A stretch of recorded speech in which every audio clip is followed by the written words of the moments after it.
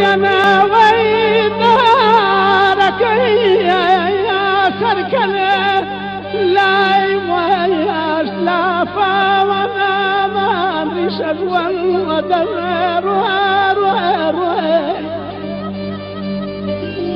هونەرمەندانی کەرکووک سۆز و سەدای گەوهەری مەقامەت شکور خەیات لە پێشانگایەکی هونەریدا ڕەنگڕێژ دەکەن.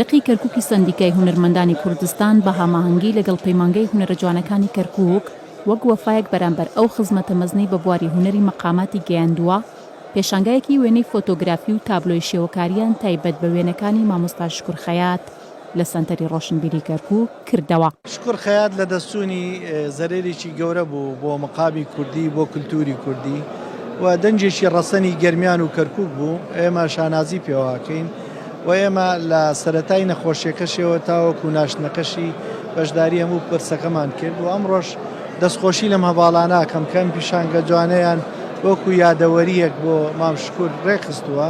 ئامانجمان هەڵبەت لەکردنەوەی ئەم جۆرە پیشانگەیانە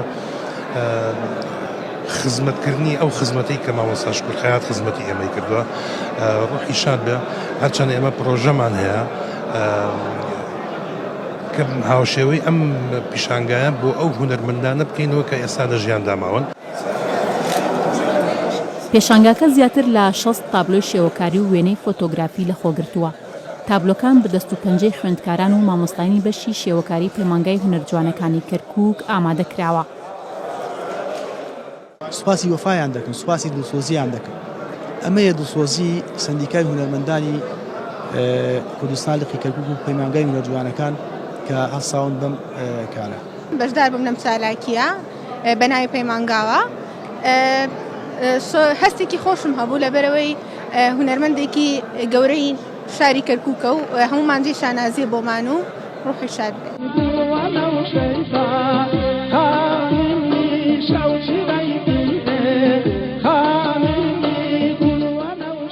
هونەرمەند و مەقام خوێن شکور خەیات یەکێکە لەو کەڵە هونەرمەندانەی لە ماوەی ژیاندا خزمەتێکی بەرچاوی بە بواری مەقام و هونەری کوردی گەیاندووە.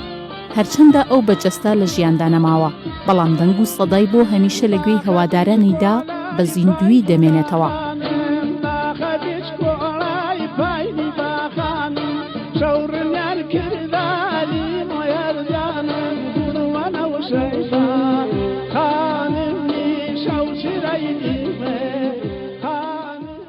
هەوار فارس، کەناڵی کەرکووک.